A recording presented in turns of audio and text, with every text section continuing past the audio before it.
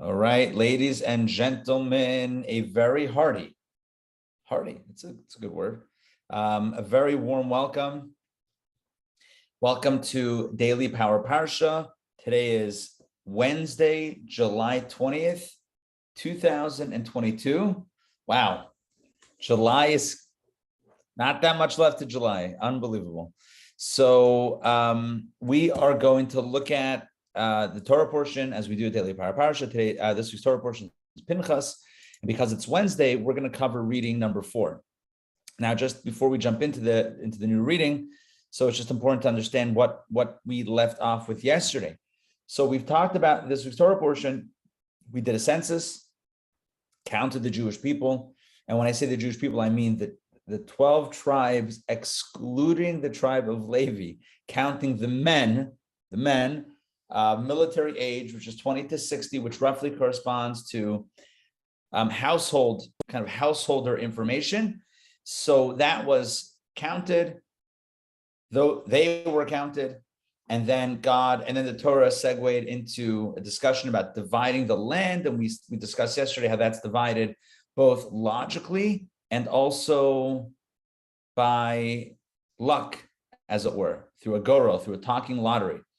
So you had both elements of figuring things out and also being guided by this higher force, which is a divine ordination. So that was the next piece of it. So we counted the people, and then we said, okay, these people that were counted, all these heads of household, they're all going to get a piece divided into territories of the land of Israel. And then we learned about the daughters of Celepha, because after all that counting and allocating the land, they got left out. Why did they get left out? Because there was no male in the family. The father was married, had 5 daughters, so husband and wife, 5 daughters. The husband dies, so there are no men in the family. So there's no head of household to count. Number one, there are no sons that can now assume that role of male head of household. It's women, 5 daughters, and presumably their mother. Although we don't read much about her mother at all, but we would assume that her mother was around. And so they come to Moses and to Elazar. As Rashi said yesterday, first to Elazar, he didn't know. They came to Moses. He also didn't know. And they said, hey, what's the deal? We don't want to be left out. Our father should have received an allocation. He was one of the original families. He's not around. We're here. There's no son. And it seems like we're going to get cut out because we're not male. Women's rights, women's empowerment. This is not okay. And Moses says, okay, you got a good point. Let me take this up with the boss. I also explained yesterday that why did he take it up with God? Multiple reasons, including the one that I'm sure you could tell that I like this one, is the fact that they told him at some point that our father died, but not because he didn't like you. Oh, now that's already saying that he kind of liked you. He was a Moses fan. He had your poster up in his bedroom. So now it's like, okay, so one second. Now you're flattering. Moses says, I can't judge this impartially. Of course, I'm going to give you land. In fact, I'll give you your neighbor's land. I like you guys. You get everything. So Moses doesn't rule on this. He goes to the big boss. And now we see what God says. Numbers chapter 27, verse 6. We begin reading number 4. The Lord spoke to Moses saying, Celepha's daughters speak justly. Look at that. Celepha's daughters speak justly. They're right. You shall certainly give them a portion of inheritance along with their father's brothers. Look at that. Look at that language. You shall certainly give them a portion of inheritance along with their father's brothers. Remember, their father came from a family before, and their father had brothers. Celepha had brothers. Hey, Sarah, welcome. So their father had brothers, and they certainly inherited, but Celepha was dead. He was no longer alive. There were no sons. Don't worry. God says, you're going to get land along with your uncles. And you shall transfer, God says to Moses, you shall transfer their father's inheritance to them, to the daughters. And it's not just a private answer. This now becomes a mitzvah. Take a look at how the mitzvah is formulated. Speak to the children of Israel, saying, as a law for all time, if a man dies and has no son, you shall transfer his inheritance to his daughter. By the way, I'm going to explain. I know I've explained this many times before, and even yesterday I touched on this. It's very important to recognize that these laws, although Torah is timeless, etc., but these laws also reflect a reality of the time that's been, and that was for a lot of human history, and that is that, and that reality was or is that the heads of household would be the men.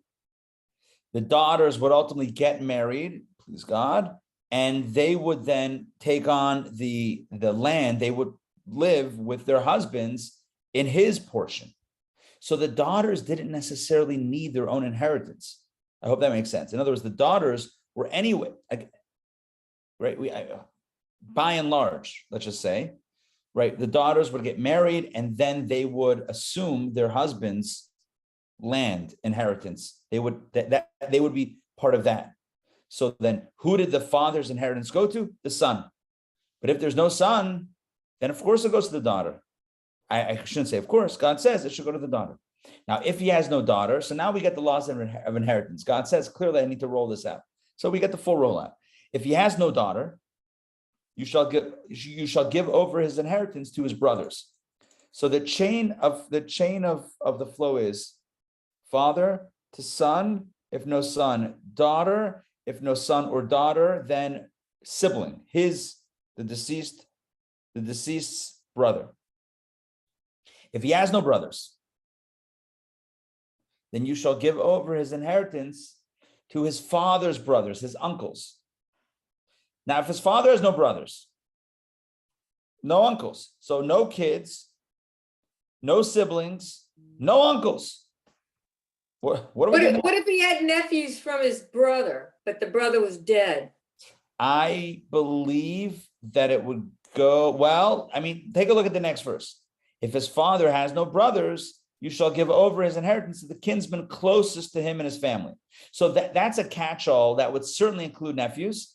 But I think your question is more than that. Your question is, hold on, do we put that before any of these other steps? So let's just think about this for a second. Let's just think, about steps, removed from the deceased. So we start off with son, no son, daughter, no daughter, sibling. Okay, no sibling. Then we go up, father's brother. So your question is, hold on, we went up and across. Why not just go across and down? Brother's child, nephew. That's a really good question. Why would we put the uncle theoretically before nephew, especially since inheritance usually flows down and not necessarily up? It's a great question. You know what? We would have to look into, and I'm absolutely sure this is discussed in the Mishnah, and the Talmud, and Halacha, Rambam, Maimonides. I'm sure this has a full treatment in Halacha and inferences. And the truth is, let's see Rashi. Maybe Rashi also mentioned something. But even if Rashi doesn't, I would bet donuts to dollars. Does anyone say that? Is that a thing? Donuts to dollars? I don't know. Sounded right. In the moment in my head, it sounds right. That this is discussed, that there is a more elaborate chain of succession described in the works of Jewish law, obviously based on the verses. I'm sure nuances here or there, but I'm sure it's there. Okay. But either way, verse 11 kind of catches the next relative, but the question still stands as to the order. So, but let's read inside. If his father has no brothers, you shall give over his inheritance to the kinsman who closest him and his family, who shall inherit it. This shall remain a decreed statute. Interesting, a decreed statute. Chukat mishpat. It's like a double expression of decree, like law. As the Lord commanded Moses. Okay, now at this point, the narrative shifts to God telling Moses, go up on the mountain and look at the land. Okay, whatever. But thus concludes the saga, the story of Benos Celepha, the daughters of Celepha. So let's look at Rashi. Let's take a look. God tells Moses, Celepha's daughter, speak justly. As the Targum Unclus, as the Aramaic translation translates it as rightly. They're right, they're just, they're justified. This is the way this passage is described before me on high. As if God said, I skipped the brackets for a reason, as if God said, this is the way this passage is inscribed before me on high. In other words, God says, yeah, that's what the law is supposed to be. They're asking for it. Of course, that's the way it's supposed to be. It teaches us that their eye perceived what Moses' eye did not. Whoa, look at that. Look at that line. Their eye, the vision of the daughters of Celepha, they perceived what even Moses' eye did not. They were attuned to what God's will was, God's mitzvah was, even on a higher level, in this case, more attuned even than Moses. Moses said, I don't know, but meanwhile, they were like, it's gotta be. This is what makes sense, it's gotta be. And God's like, you're right. So Celepha's daughters speak justly, their claim is just. Fortunate, I love this. Fortunate is the person with whose word the Holy One, blessed be he, concurs. If God agrees with you, good on you, mate. That's good. If God agrees with you, you're doing something right. Yeah. Celepha's daughters, very, very special group of people. You shall certainly give. I love this. I love this. The Hebrew is nason titain, like Natan Titain, give. In the English, it's you shall certainly give, but Rashi explains why a double expression is used. The double expression, Nason Titain, denotes two portions. They should get and get. Give. Two portions.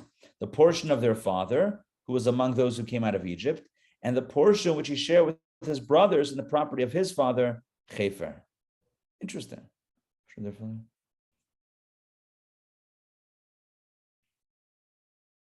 I see. Interesting. Let me explain. And we had this in Rashi before. I don't know if I explained it fully, but it all makes sense.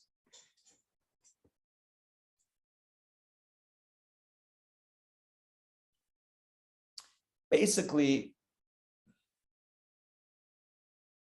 in some families, you would have a situation where the father we're talking about now, let me just clarify, original allocation of the land of Israel. When it was originally allocated, it was allocated by those 65 families that we counted a few days ago. There's 65 families, okay? So in that original allocation, sometimes you had a father and sons who all got a piece. The father got a piece because he got a piece, and the sons, let's say 3 sons, father and 3 sons, 4 portions. What happens when the father passes away? Now what? You take his portion and divide it amongst the 3 sons. Does that make sense? So really, yeah, so each got their own portion on their own because they were one of the original 65 families. Plus, they get their father's portion when he passes away as an inheritance. So it's not one piece. It's 1, 2, 3, 4. And that one, then if he passes away, is then divided. So all of this to explain Rashi. Rashi says, give. God says to Celepha, God says to Moses, give to Celepha's daughters. Give. Why twice? Because they're actually going to get two pieces. Number one, they're going to get Celepha. The father's name was Celepha. They're going to get Celepha's portion, right? He earned a portion. He's one of the 65. He's right, got a portion. And their grandfather had passed away subsequently in the interim. So they were going to get their father's portion plus a piece of their father's portion, their grandfather. Again, just simply to explain how they got 2 portions, their father's and a piece of their father's own inheritance. All right, of his father. Let's continue. And you shall transfer. All this comes, by the way, from the Midrash and the Talmud. Just so if you want to know what the brackets say, Sifri Pinchas, that's a Midrash, halachic Midrash, and BB, love it. Like they couldn't digitally write it out. It was going to take too many pixels. BB stands for Bava Batra, which is a Talmudic tractate. Okay, and you shall transfer. Rashi says, Hebrew Vavarta, an expression denoting anger. For God is angry when one does not leave a son to inherit him. I feel like that needs some more commentary. God is angry. All right, I don't know.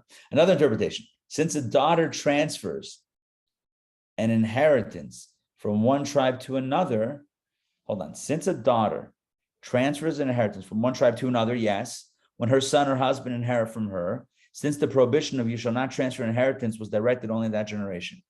The same reason applies to the wording of the commandment, you shall transfer the inheritance to his daughter. In the case of all of them, it says you shall give over. In the case of daughter, it says you shall transfer. Interesting.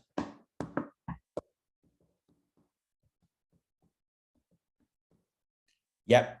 Why is it transfer? So two reasons. One, it denotes anger, which again is a very cryptic idea. We need to look that up more to understand what that actually means. And then the second understanding is that she's going to transfer it possibly out of the tribe, which is what I tried to explain that before, but now it's coming up. So let me explain it hopefully a little bit more clearly. Imagine, so Celepha was from the tribe of Menashe. Celepha was from the tribe of Menashe. Okay, 5 daughters. Machla, Noya, Chagla, Tirza, Milka, right? Each gets a portion of their father's land. Each gets a portion. 5 portions, five divisions of this land, ultimately in the territory, in the state of the tribe of Menashe. What happened? Menashe or the bad Menashe? This is what? Is it a good Menashe? Yeah. There's a good Menashe. Yeah. So as one of the 12 tribes, because Yosef was divided, Menashe and Ephraim, divided into 2. That's how we get 12 tribes when we cut out Levi. So yeah, this is the tribe of Menashe. The tribe of Menashe, so Celepha was from that tribe, and his daughters were now going to inherit. So they were going to inherit a piece. So imagine a state. Imagine just a square, a nice big square. That's called Menashe, land of Menashe. And in there are different families, a bunch of families, including Celepha. Celepha's not alive, his daughters. What happens if they get married? At this point, it sounds like they were single. What happens when they get married? What's going to happen? They're going to get married to a guy. Which guy? I don't know. Whoever they meet. Do they have to marry within the tribe? Do they have to marry someone from Menashe? I don't know. Now, we're going to see this. This is going to come up in the Torah. And we'll find out that in that generation, in fact, they were commanded to only marry someone from their own tribe, so that the land doesn't get wonky. But imagine, okay, forget what happened with them practically. But imagine if Noah, one of the daughters, her name was Noah. Imagine Noah marries a guy from Yehuda. She falls in love. He loves her. She loves him. Oh, it's so beautiful. What a romance. They get married. Mazel tov. And her husband also comes from a family in Yehuda. He has his own little portion, a house on the prairie in Yehuda. So now what? Now what happens? Who owns the land back home in Menashe? Her land. Who owns that land? She with her husband. So now they own in 2 states. You see what I mean? She's going to own land in Menashe, but her husband is from Yehuda. Her children, by the way, her children are also from Yehuda because the kids go by the father, tribal affiliation. So her children will be Yehuda. And when they pass away, when the parents pass away, the kids are going to get from their father and from their mother and from 2 tribes. What's going on? So Rashi says, yeah, that's what could happen. By opening it up this way, when you have tribal affiliation on a paternal line and you open up to maternal, to the possibility for a daughter to inherit, then yes, you might get a situation where suddenly the tribal distinctions, the tribal territories are being blurred. Again, if there's no son, only daughters, she inherits the land of her father. She gets married to someone out of her tribe. They have kids, and now you're pulling out land from Menashe into Yehuda. So now people who affiliate with Yehuda now own land in Menashe's territory. That it creates a confusion, but it would be perfectly legal. Well, it depends on which generation. Rashi says that original generation, it was not, they were supposed to stay in their own tribe, marry someone from their own tribe to avoid this. But ultimately, when that ban was eliminated, was erased, then it would be a situation where this confusion could possibly come in, and this transfer could come in where land from one tribe is transferred to the other. And that's what Rashi says, just to kind of go back and show you how it's grounded. Hey, Mark, good to see you. That is what Rashi says, second interpretation. I'm going to read it again. Since a daughter transfers an inheritance from one tribe to another, you see, the daughter transfers an inheritance from one tribe to another, assuming she marries outside her tribe. When her son or husband inherit from her, since the prohibition of you shall not transfer inheritance was directed only at that generation, only that generation, that first generation, the initial generation had a prohibition against marrying outside of their tribe for this reason. But otherwise, they could, and then it transferred, and then it is what it is. So that's why it's called transfer. That's why the Torah used the word havar, to transfer. The same reason applies to the wording of the command, you shall transfer the inheritance to his daughter. In the case of all of them, it says you shall give over. Oh, I read that already. But in this case, the daughter says you shall transfer meaning not only transfer to her, but she will ultimately possibly transfer it outside the tribe to her husband and her sons, her children.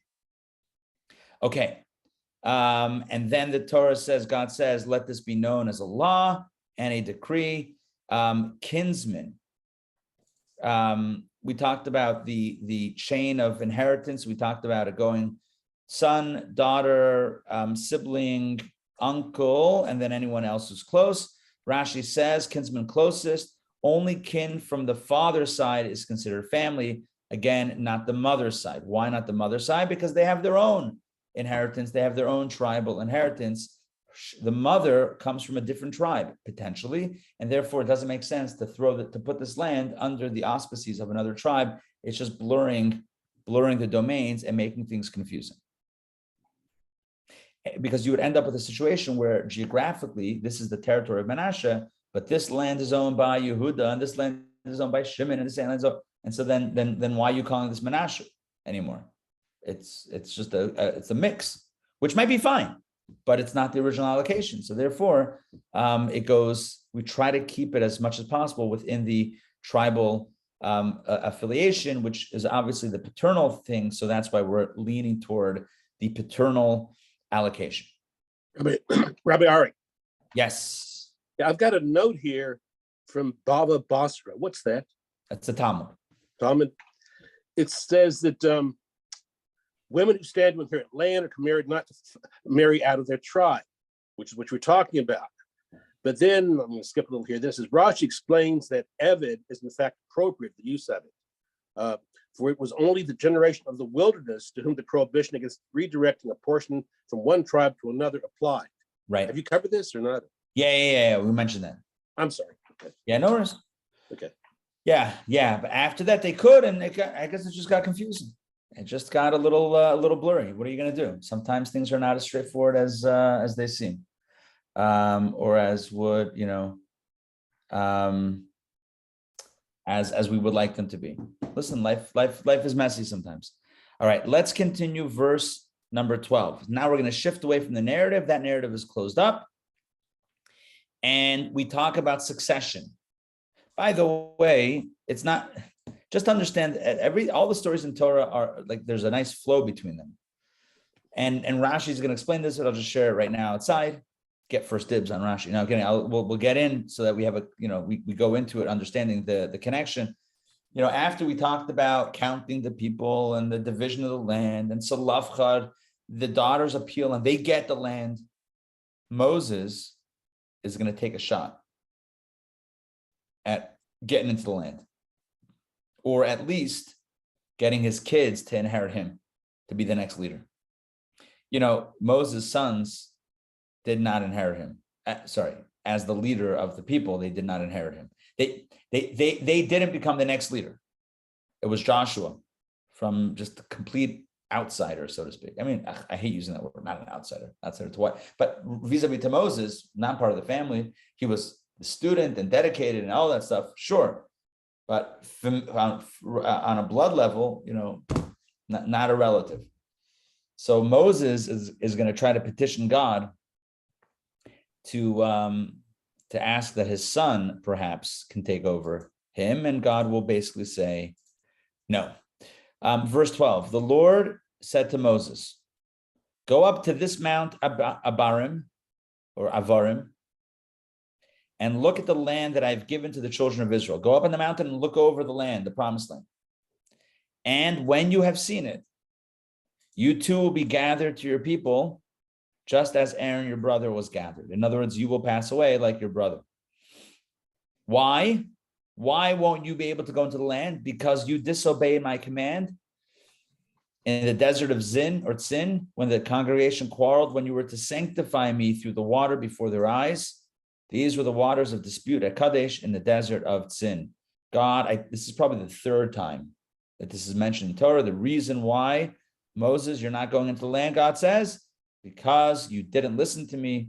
You should have sanctified my name through the water, and you didn't, and therefore you're not going into the land. Basically, that's a story of him hitting the rock to produce water, as opposed to speaking to the rock to produce water. All right. So God basically reiterates that, yes, I just gave, we're talking about allocating the land. We're talking about giving the daughters of Celepha the land. But in case you're wondering if I've reconsidered, the answer is no, you're still not going into the land. But Moses has one more card to play. Moses spoke to the Lord, saying, verse 15, let the Lord, the God of spirits of all flesh, appoint a man over the congregation. Let God appoint a leader. Now, as the commentators say, he meant, let God appoint my son as the leader, who will go forth before them and come before them, who will lead them out and bring them in, so that the congregation of the Lord will not be like sheep without a shepherd. You're telling me that I'm going to pass away. I'm not going to go into Israel. They need a leader. God, appoint for them a leader. The Lord responds. The Lord said to Moses, yes, indeed, I agree. So take for yourself Joshua, the son of Nun, a man of spirit, and you shall lay your hand upon him. That means the smicha, the conferring, the leadership. We know that the smicha was done anytime something was conferred, was transferred over, and that was done here as well. It wasn't done here. He's telling him what to do. Take Joshua, lay your hand upon him, and you shall present him before Elazar the Kohen and before the entire congregation, and you shall command him in their presence. In other words, make sure that everybody knows who you've left in charge. Otherwise, there will be a leadership void. And in voids, when things are complicated or things are confusing, that's when all negativity can happen. So make sure there's no confusion. Make sure it's very clear who the next in command is, and it shall be Joshua. You shall bestow some of your majesty upon him, so that all the congregation of the children of Israel will take heed. Make sure that you prop him up so that people will respect him, and so that they'll listen to him. He shall stand before Elazar the Kohen and seek counsel from him through the judgment of the Urim, that's the breastplate before the Lord. By his word they shall go, and by his word they shall come, he and all Israel with him, and the entire congregation. So Moses did this. Moses did as the Lord had commanded him, and he took Joshua and presented him before Elazar the Kohen and before the entire congregation. He laid his hands upon him and commanded him in accordance with what the Lord had spoken to Moses. Moses did not hesitate. He did not complain. He did not ask for a recount. He didn't ask for reconsideration. He didn't resubmit. No, he said, okay, it's not going to be my son. It's going to be Joshua. And I need to tell everybody so that there's no confusion. Everything transparent, above board, done. He did it. And he basically announced that Joshua would be the next leader to lead them into the land of Israel. We have a lot of Rashis to cover. Let's jump in and see what Rashi says about all of this. So Moses spoke to the Lord. God tells him to go up the mountain. Go up to this mount Abarim. Why is this passage juxtaposed here? Why is this narrative following the previous? So when the Holy One, blessed be he, said, you shall surely give them, the daughters of Celepha, a piece of the land, Moses said, whoa, the omnipresent commanded me to allocate the inheritance. Perhaps the decree has been annulled, then I will enter the land. If I'm giving land to Celepha's daughters, then maybe I can go also. The Holy One, blessed be he, therefore said to him, no, my decree remains as it was. You're not going in. And I said that before, but that's the flow of the stories. Another interpretation, since Moses had entered the territories of the descendants of God and the descendants of Reuben, he rejoiced, saying, it seems that the vow made regarding me has been annulled. This can be compared to a king who decreed that his son could not enter the portals of his palace. The king entered the gate with him, the son following, the courtyard with him following, the foyer with him following. When he was about to enter the inner chamber, he said to him, my son, from here on is forbidden for you to enter. So Moses felt, he was getting closer and closer to Israel. So maybe he could sneak in, and God's like, oh, no, the border is that's still the line. You're still not going to go in there. So, and two reasons for this, why this is here. Number one, Moses saw that Celepha's daughters have been given the land, so he thought maybe he had a shot. Number two, physically, they were getting closer and closer, so they thought maybe, and God's like, nope, that's still the border. And when you have seen it, you will gather just like Aaron, your brother was gathered. Gathered is like passed away. It's euphemism for passed away. From here, we see that Moses yearned for a death like Aaron's. And what that means is that it was a very peaceful, beautiful death. Also, by the way, it included him transferring the high priesthood to his own son, Elazar, right? So maybe Moses wanted that also, be able to see passing the torch to his kid, but that wasn't to happen. Another interpretation, you are no better than he because you did not sanctify. But if you had sanctified me, your time to depart the world would not have yet arrived. On each occasion that their death is mentioned, their sin is mentioned. For a decree had been pronounced against the generation of the desert that they should die in the desert on account of their sin that they did not believe. Moses therefore requested that his sin be mentioned so that it should not be said that he was one of those who rebelled. Interesting. Moses actually wanted this to be mentioned again and again.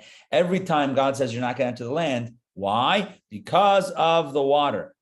Gosh, it sounds like okay, we get it. I mean, it's embarrassing already. No, Moses wanted it, according to this other interpretation in Rashi.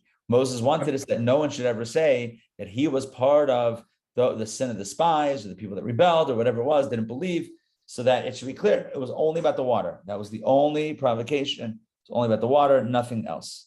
Rabbi Ari. Yes. I'd like to add something. When I was in Hebrew school, that was a few days ago, Karen Nyman, who actually taught the bar mitzvah boys, his class and all that, the class and his phenomenal chaz, but he said Moses was like someone who wore white. So that one sin on him just was glaring, while we don't wear white and others don't wear white, and we have many more sins than that, but they aren't so obvious. It's a great analogy. I love that. It's perfect. Yeah. It's a tzaddik, a perfect tzaddik like that. Any little thing, doesn't look good. It's like what they say about the theory of relativity, right? What's the theory of relativity? It's all about hair, right? Somebody has one hair in their head, they're bald. If someone has one hair in their soup, it's hairy soup, right? It's like one mark on Moses on the white clothes. It's dirty. Yeah, it's a great analogy. I was thinking also, as you said that, imagine a very sensitive stomach. So someone without a sensitive stomach, they can eat anything, whatever, pile it on. Someone with a very sensitive stomach, they eat the wrong thing, forget about it. It's no good. It's not good. It's not a pleasant experience. Moses was pure. He was like silk. He was like, they say about the Chassidim, it's an old Chassidic statement. This was said already a long time ago, but they said, the older Chassidim said about what to them was the older Chassidim. They were, kind of lamenting the present and romanticizing the past. In the past, Chassidim, they used to have silk minds and iron stomachs, which means they could learn Chassidus, they could learn Kabbalah, they could and understand it well, and they could drink a lot of l'chaim. We, the other way around, we have iron heads and silk stomachs. We can't understand, we can't say l'chaim, nothing, garnish. Anyway, so yeah, sensitivity. Moses was very spiritually sensitive. In other words, wore white. Any little mark, that's it. But according to this, it's interesting. Why is it mentioned again and again? Every time the Torah tells us that Moses will not go into the land, it also mentions because of that sin, just so that no one should ever mistake and be mistaken and think that Moses did something else. No, it was that. It was that. That's it. It was that. Nothing else. Nope. No big skeletons. Nothing. This is analogous. Okay, Rashi does a deep dive here on an analogy. This is analogous to two women who were flogged by the court, one for immoral behavior, adultery, and the other for eating unripe produce on the sabbatical year, which is a lighter offense. Here too, sorry, so what's the analogy? So the woman who ate the produce was probably saying, hey, I didn't do that. I was the fruit eater. I didn't do the other stuff. I just ate the fruit. Here too, wherever their death is mentioned, their sin is mentioned, tell you that they had no sin other than this sin alone. They're wearing white, and this is it. They hit the rock instead of speaking to the rock. That's it. That's it. That's nothing. It is what it is. I mean, for Moses, it's something. Okay, these are the waters of dispute. These waters alone, they, Moses, and Aaron had no other sin to their name. Another interpretation, those waters which instigated the rebellion of the Israelites at Marah were the same as those which caused the rebellion at the Red Sea. And those same ones provoked the rebellion in the desert of Sin. There were certain rabble-rousers or certain instigators that instigated a lot of the dissent and machloket disputes, but some of the same characters. All right, Moses spoke to the Lord. This verse comes to let us know the virtues of the righteous. For when they are about to depart from the world, they disregard their own needs and occupy themselves with the needs of the community. So according to this interpretation, Moses was thinking not of himself and his son and his own legacy, but about the continuity and the leadership and the fact that the people should be okay once he's gone. And so Rashi says, what a beautiful idea, that when he's about to pass away, he's not thinking about himself. He's thinking about his people. He's thinking about the cause. He said to him, Moses said to God, answer me whether you are appointing a leader for them or not. Bottom line, are you appointing someone, or is it going to happen? Are you appointing someone now? Is it just going to, a free for all? What's the plan? Let the Lord appoint. When Moses heard, and now the interpretation flips a little bit, and this is what I was telling you before. When Moses heard that the omnipresent told him to give Celepha's inheritance to his daughters, he said, it is time to ask for my own needs, that my son should inherit my high position. You see, I didn't make this up. This is straight up Rashi. Moses said to himself, Celepha is inherited by his daughters. I should be inherited by my son. The Holy One, blessed be, he said to him, that is not my intention. Basically, sorry. For Joshua deserves to be rewarded for his service, for he would not depart from the tent. Joshua was dedicated. He was committed. He was with Moses 24/7. He was the right-hand guy. This is what Solomon meant when he said, he who guards the fig eats its fruit.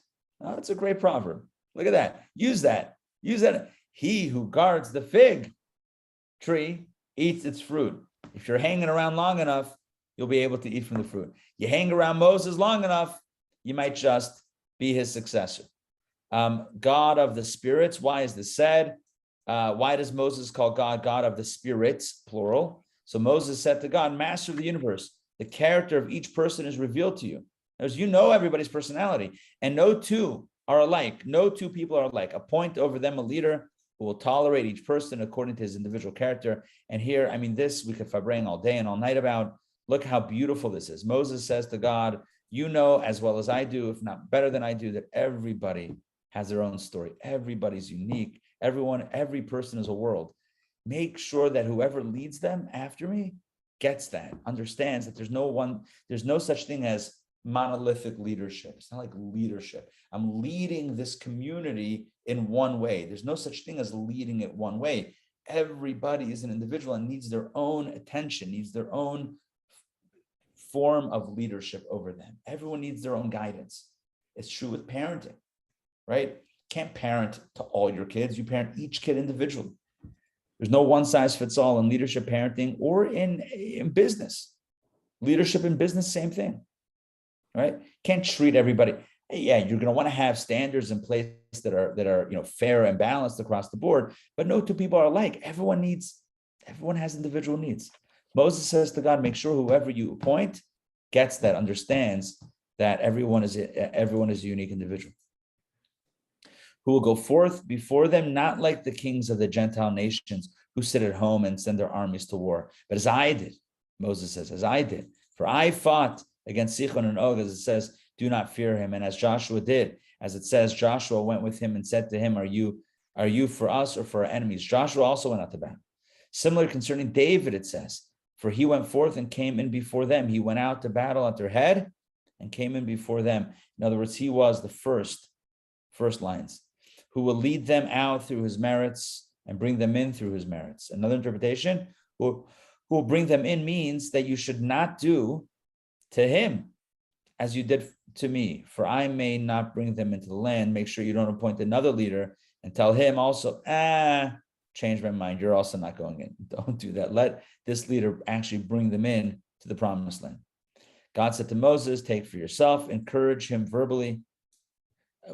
Rashi has said this consistently throughout. It's like, I don't know, half a dozen times.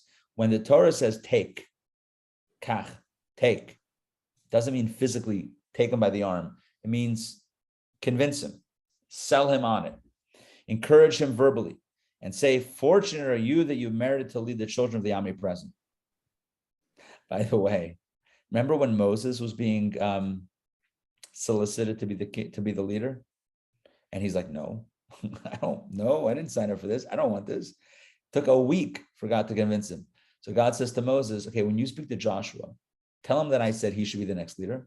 But when you speak to him, tell him how amazing it is. Right? Oh, it's the best job ever. How lucky you are that you have this job. He's like, are you sure? Because it seemed pretty difficult over the years. I was with you. I was guarding the fig tree, remember? That didn't look easy. Anyway, but that's the point. The point is, take him in with words, explain to him how important this is, how lucky you are to lead the children of God. For yourself, someone verified by you, someone you know. A man of spirit, as you requested, someone able to deal with character of each one. So important. I know I said it already before, but like the ability to deal with people individually, what they need, it's a tremendous gift. And that's what a leader should be. Lay your hand upon him, provide him with an announcer so that he can expound halachic discourses during your lifetime, so that they should not say about him that he dared not raise his hand in the days of Moses. In other words, he should already have experience in your lifetime. Before you pass away, he should already have experience lecturing and teaching and expounding, and give him a mouthpiece, give him an announcer before microphones, give him a platform, set up his TikTok account, make sure that he's already tweeting before you pass away. You shall. Rabbi, Yes. I'm going to interrupt you. I have a note on that. It says in earlier times, a Torah sage would deliver his lectures indirectly. He had a meturgaman, a spokesman, to whom he would quietly and briefly tell his ideas in the presence of the audience. The meturgaman would then explain and elaborate on the sage's ideas to the public. Giving Joshua a meturgaman was thus a sign of handing over authority to him. Nice, beautiful. That's a much easier way to give a class, by the way. It's like, explain the Rashi. So, and then that other guy does all the, that's great. Wow, that would make things easier. I'm kidding, of course. Now, a meturgaman literally means a translator. But as you read correctly, translator here doesn't mean from Hebrew to English. It means from a brief idea, a kernel of an idea, to something more elaborate that the people can understand. Obviously, the meturgaman, the translator, it's a bad word for it, but the announcer, the translator, was someone well-versed in Torah and well-versed in the way of thinking of the one who he was working with, so that he could tell him kind of very brief words and that he could accurately expound upon it. And you shall command him concerning Israel. Be aware that they are troublesome and obstinate. Make sure to warn him. You accept office on condition that you take upon yourself all this, on condition that you don't run away. When things get challenged, they will. The people they're troublesome and obstinate. Listen, this is all with love. Don't ever think for a moment this wasn't with love. It's like, I love them, but they're so stubborn, right? I love them, but they can be a pain in the, So listen, so you have to deal with them. So that's it. You'll deal with them, but no running for the hills, right? You're in. You're in it to win it. You shall bestow some of your majesty upon him. This refers to the radiance of the skin of his face. Remember when Moses came down after the second tablets and his skin was shining and it was luminescent. So he'll also have a bit of a shining punim, shining face. Some of your majesty, but not all your majesty. Thus we learn that the face of Moses was radiant like the sun, whereas the face of Joshua was like the moon.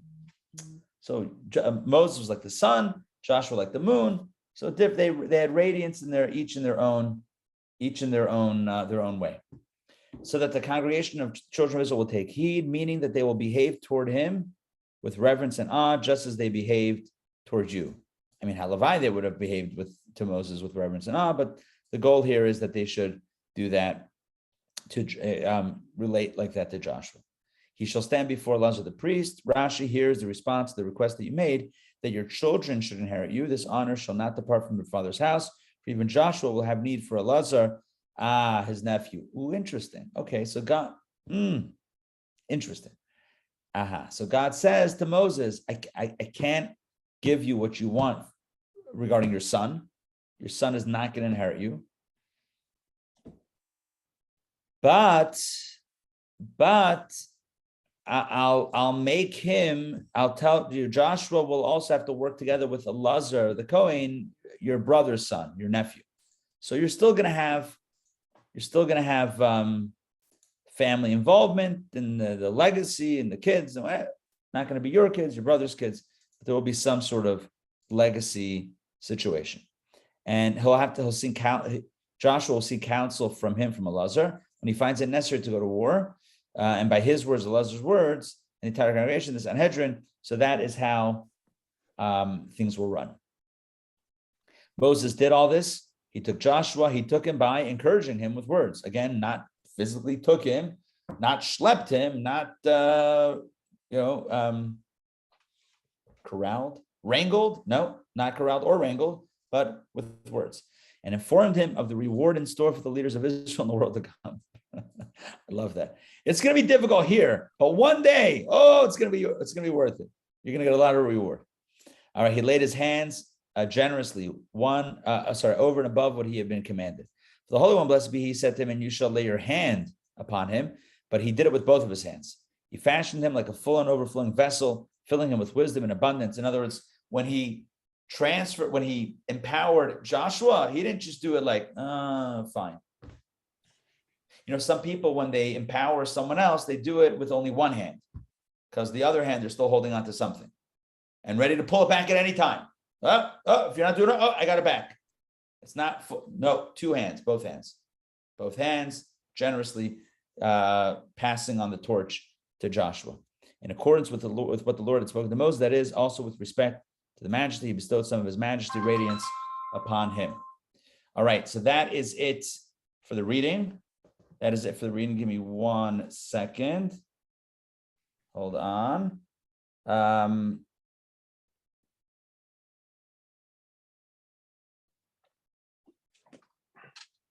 Okay, so this concludes today's reading.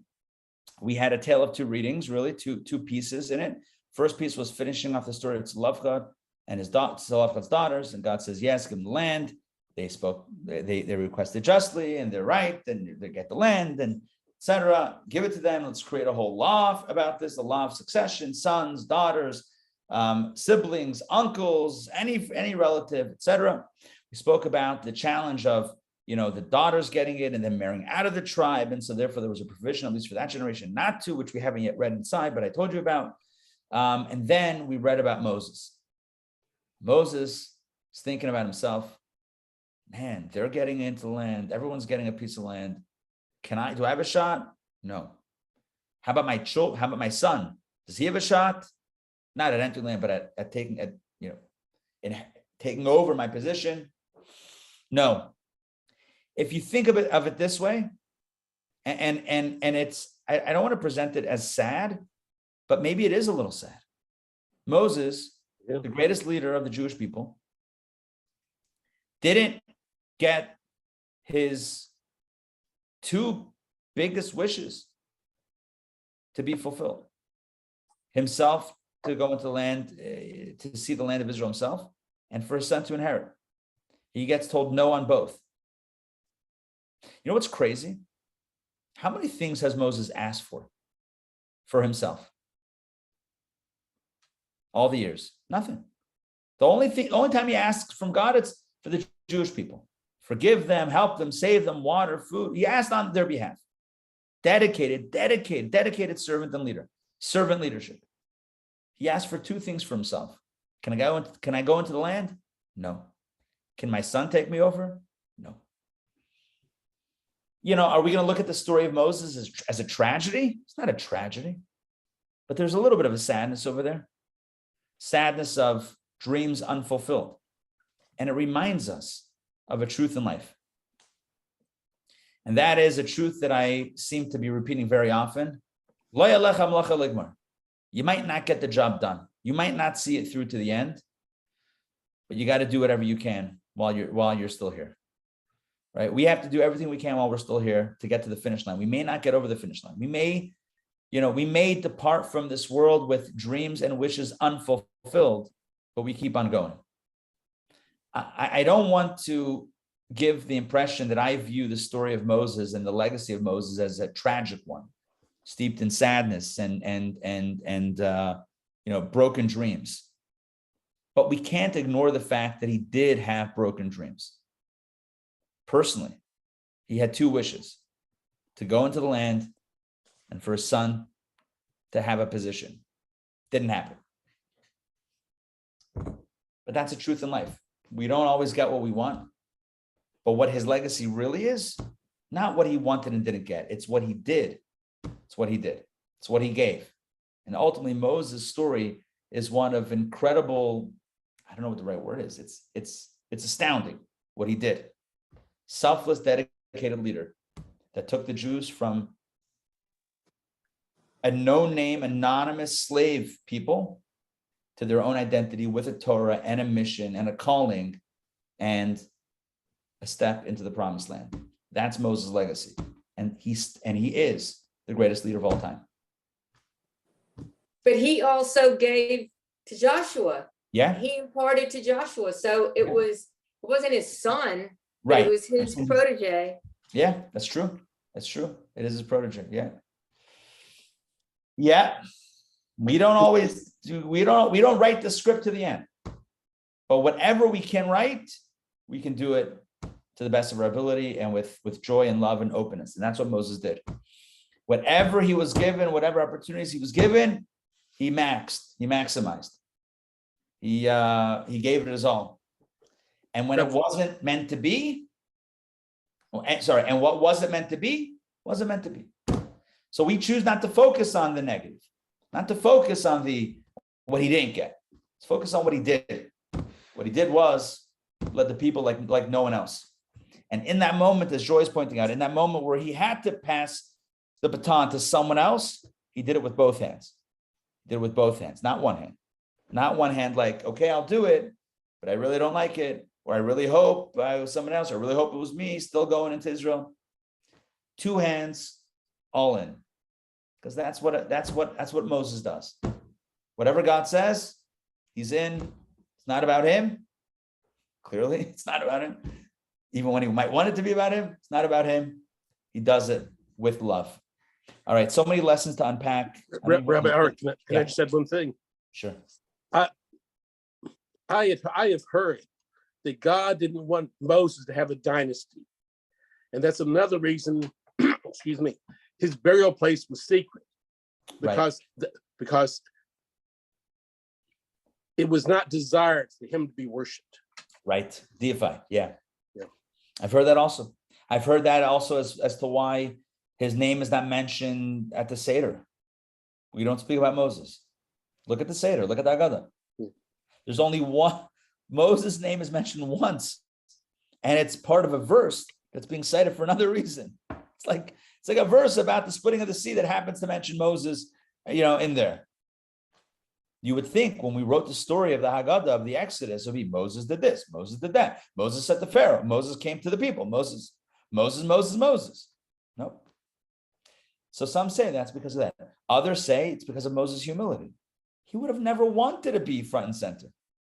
He would have never wanted to be deified. He would have never wanted to be, a place of pilgrimage to see him.